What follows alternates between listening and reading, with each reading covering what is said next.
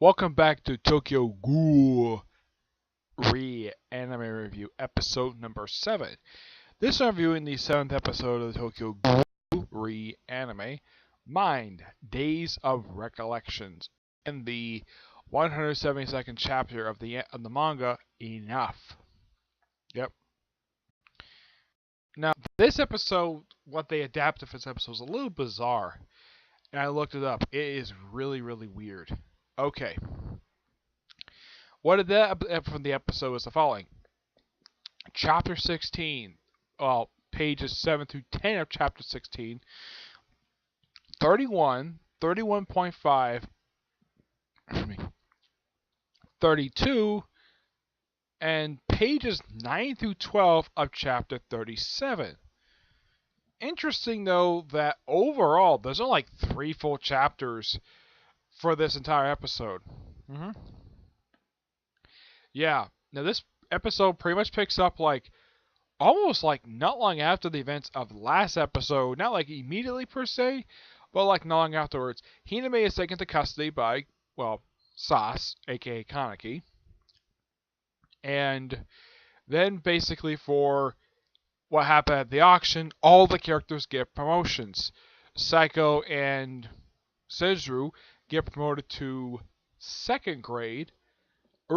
Uri gets promoted to 1st grade. Sas gets promoted to senior investigator. And I'm trying to think, what was her name?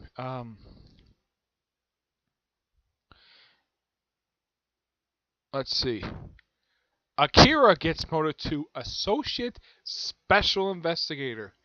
Oh yeah, and because the fact in this episode they had this really, really cool scene of they invited Armand Akira to a house party to celebrate everybody's promotions, though Armand did get promoted. There's one character in this episode, before I continue with that, it's like it looks like that they brought back the character Jason. I mean, he kind of looks like him, and apparently Sas is still having flashes of seeing people from when he was Kaneki. In the case, this particular teacher, which Kaneki was invited by him to speak in his class, he kind of mistakes him for Jason. Yeah, he kind of looks like Jason, except he's not as bulky as Jason, and he's lost all of his hair. His lip is harsh like this, and he looks like he's got a scar across his, like the side of his face. Yep. At one point in the episode, he goes to the place where the Anaku coffee shop used to be, because it burned down at the end of the original Tokyo Ghoul series. And also, at least 4 familiar faces. Well, Sakura, who also show up at the auction stuff, he's one of 4 characters making his return who show up in this episode. Toka shows up first in episode 2. Renjin shows up in here, also the first in episode 2, and also, I think his name is Nanju. I think his name is, yeah, the guy who had a human girlfriend. Yeah, he makes his first appearance in the series, which I'm very surprised to see him. And someone just watched the anime, like if you manga, yeah, he's definitely in the series. This is my big role, but it's surprising to see him. Shu also makes an appearance, but yeah, he's making sporadic appearances. Like I think this is only like his 3rd appearance he's made in the whole entire series, and apparently he's gonna make a full appearance in the next episode. Because the only appearances he made, you can hear his voice. You don't physically see him because the guy is very depressed and looks like he's starving himself for some reason. Excuse me. And let's talk about the dinner scene. It's a really good scene, and it's thoroughly enjoyable.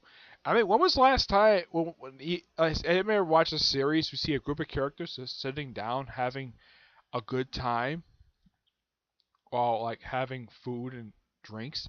The only series I've seen like this have been an episode of Naruto, Girls Night Out, while the girls decided to have themselves a party at a restaurant. Of course, the guys have one too.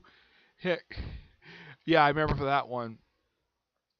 As far as I know, there's like no other series I could think of they've actually done something like this where they have the characters have a party.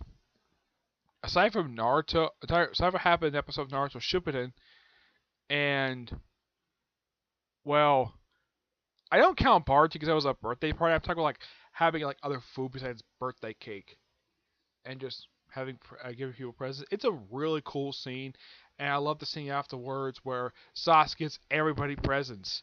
Like, I'm trying to think of his name. Mizumi? No, it's Miza. I think her name is.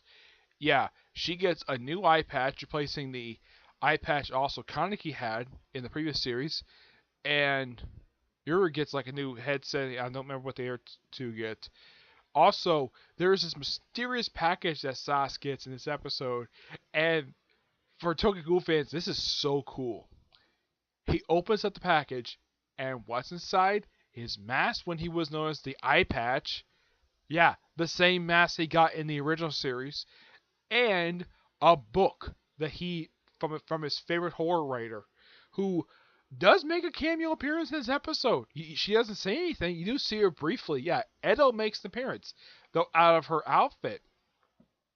And this is by far the first time she's made an appearance outside of that outfit, because the only time I could think of she did this was in Tokyo Route A, which, the way the series is gone, that particular series, that season, is not canon.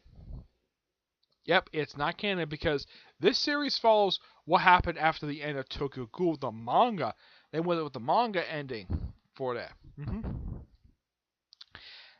And overall, really good episode. Thoroughly enjoyable, but not really any action per se. Oh yeah, they do mention what happened at the construction site back in the pilot. They mentioned that.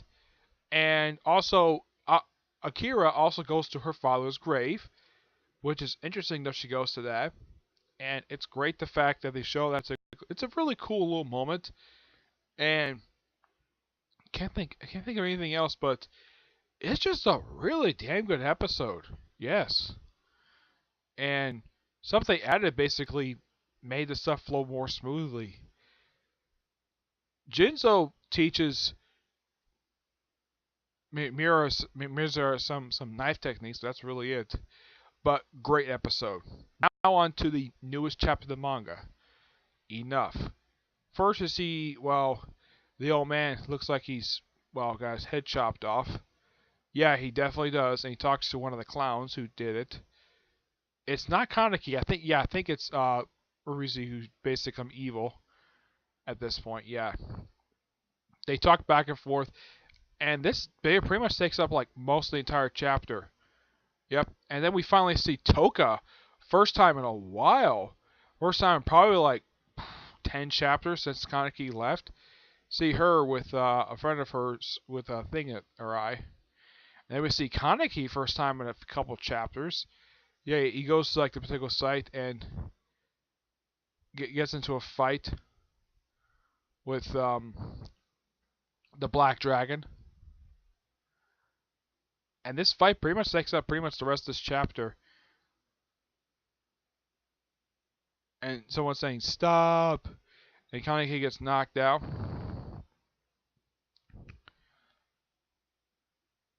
And then someone who laughs. And Kaneki does something that I don't think some people have seen him do in a while. He cracks his fingers. Yeah. This is something he picked up from Jason after he was tortured. He does this thing in order to get himself into like, to get his Kaneki to come out. He cracks his fingers.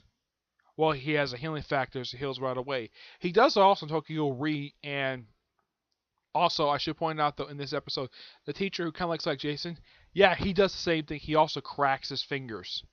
Yep, but a very interesting way to end the chapter with Kaneki doing that. Probably for some people, probably haven't seen him do it in quite a while, but it's a really neat trait that he picked up from Jason. Yeah, Jason, that's the name of the character. That's what they call him in the dub, but he's called something else. But he's technically called Jason. But it's a really neat way to end the chapter. And it seems like, from my perspective, the first half of the chapter was just kind of boring. It seems like once they show Toka, it gets a little more interesting because the first half of the chapter is basically a guy talking to a decapitated head. for the first half of the chapter. And then Toka is seen first time in several chapters. Though that other friend of hers just looked like she has something in her eye, which has been there for quite a while. But it's kind of good the fact that Toka's not in the field because the woman is pregnant. Yes, she is pregnant with Kaneki's child. And she's not giving birth to it yet. So there's that. But see, Kaneki finally gets some action first time in quite a while because 2 chapters back, he only appeared for a brief cameo.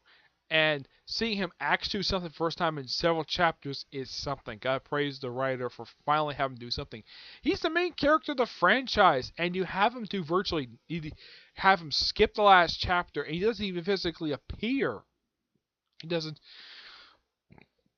do anything in 2 chapters back except appearing in an opening cameo. But yeah, great chapter nonetheless. And only just a few more weeks until the series reaches 175 chapters. That will probably be this month when we reach chapter 175. As we reach chapter 200, it probably reaches by the end of the year. At this rate, it probably will be that way.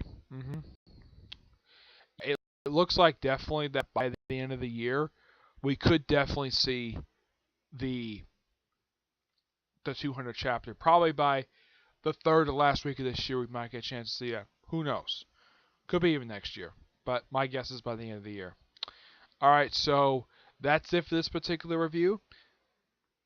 And I don't have any more videos planned for tonight anyways. Now, tomorrow, I expect to see at least, for right now, 2 comic corners, maybe 3 tomorrow, and episode 2 of the 7 Deadly Sins anime review, where I pretty much review the Signs of Holy War miniseries. Okay?